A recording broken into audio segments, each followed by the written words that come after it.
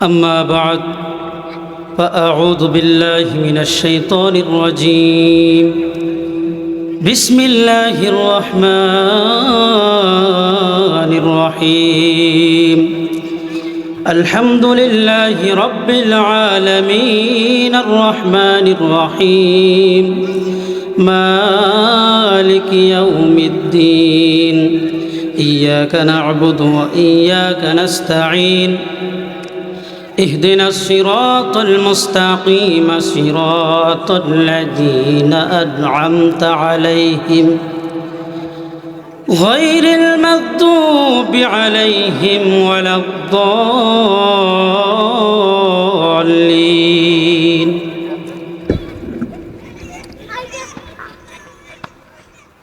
وقال تعالى في كلامه المجيد بسم الله الرحمن الرحيم كل نفس ذائقة الموت أو كما قال تعالى في كلامه المجيد وقال النبي صلى الله عليه وسلم اللهم صل على محمد وعلى آل محمد كما صليت على إبراهيم وعلى آل إبراهيم إنك حميد مجيد اللهم بارك على محمد وعلى آل محمد كما باركت على إبراهيم وعلى آل إبراهيم إنك حميد مجيد الحمد لله ثم الحمد لله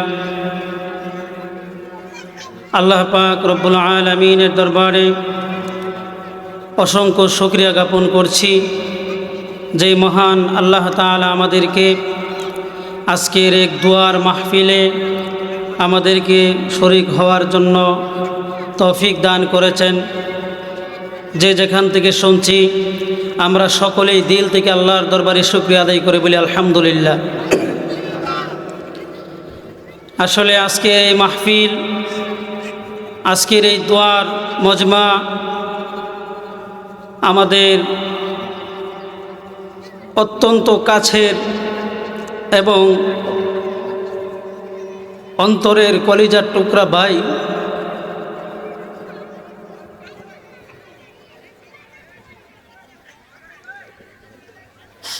আমার অত্যন্ত প্রিয় একজন আমার বড় ভাই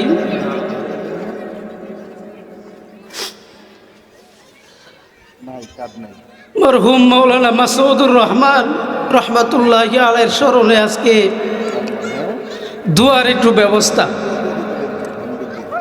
আসলে কথা বলার অনেকেই আছে, কথা বলবে, আমাদের আন্তর্জাতিক মেহমানগণ আসতেছেন, তারাও আলোচনা করবে। আসলে আমি শুধু আপনাদের কাছ থেকে আমার ভাইয়ের জন্য একটু দোয়া নেওয়ার জন্য একটু মাইকে বসা।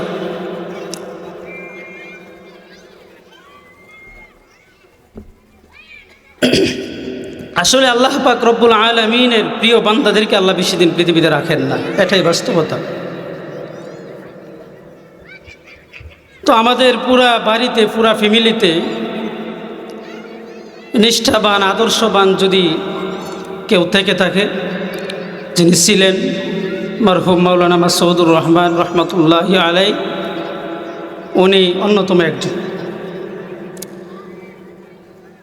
আমি শুধু দুইটা কথা বলেই মাইক ছেড়ে দেব।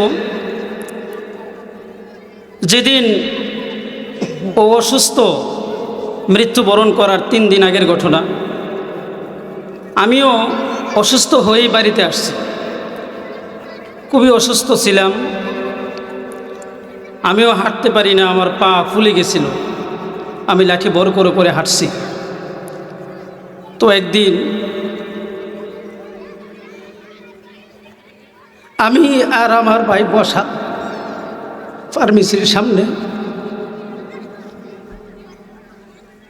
কথা বলতে বলতে একদিন আমাকে বলতেছে, আমার তো মনে হয় না যে আমি এই ওষুধ আমার চিকিৎসা হবে। মানে মনের অজান্তেই কথাটা বলে ফেলছে। পরে যাই হোক, দুজনই আমি তাবড়াইয়া লাঠি বড় করে বাড়িতে যাইতেছি। তো আম্মু আসছে, আয়সা বলতেছে,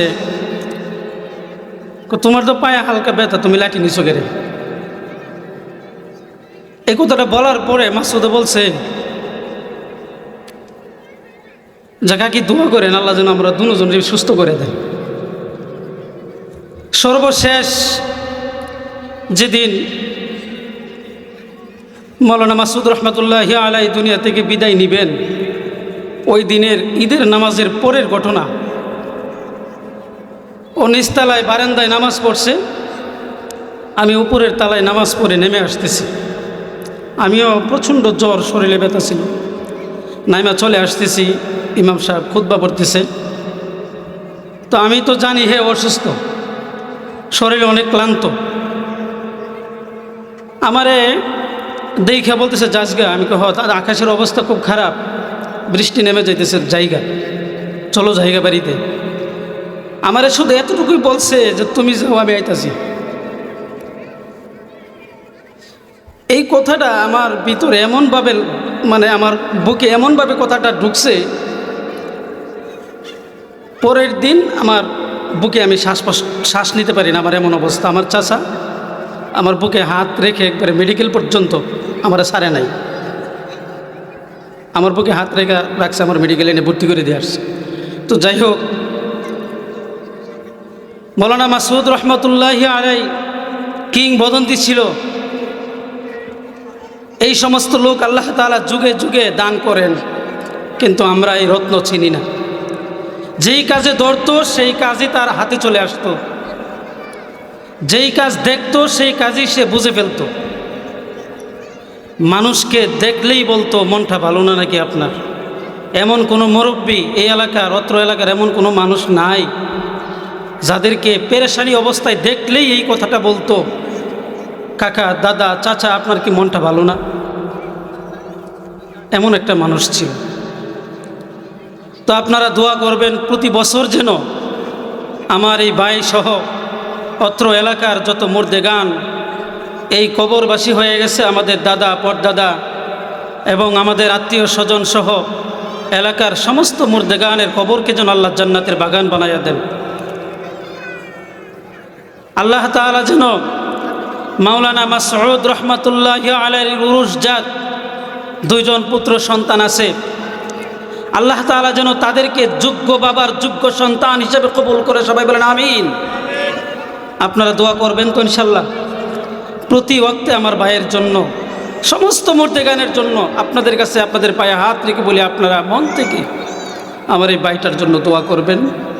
আল্লাহ রাব্বুল আলামিন যেন আমার ভাইকে কবরে শান্তিতে রাখেন।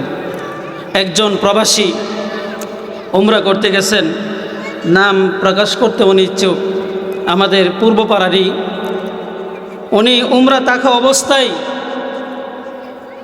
উমরা পালন করা অবস্থায় বাইতুল্লাহ শরীফের ভিতরে আল্লাহর ঘরের হেরেমের মেহমান স্বপ্নে দেখছে আল্লামা মাসউদকে হাস্যোজ্জ্বল অবস্থায়, সাদা কাপড় পরিহিত অবস্থায় সে এমনভাবে দেখছে, মিষ্টি হাসি পর্যন্ত সে দিয়েছে তার সাথে। সুবহানাল্লাহ। আমরা দোয়া করি আল্লাহ তার ওসিলাই যেন আমাদের গ্রামের সমস্ত মুর্দেগানের কবরকে জান্নাতবাসী করে। সবাই বলেন আমিন। আল্লাহ যেন আমাদেরকেও তার কবরের পাশে একটু জায়গা আল্লাহ যেন আমাদেরকে করে দেন।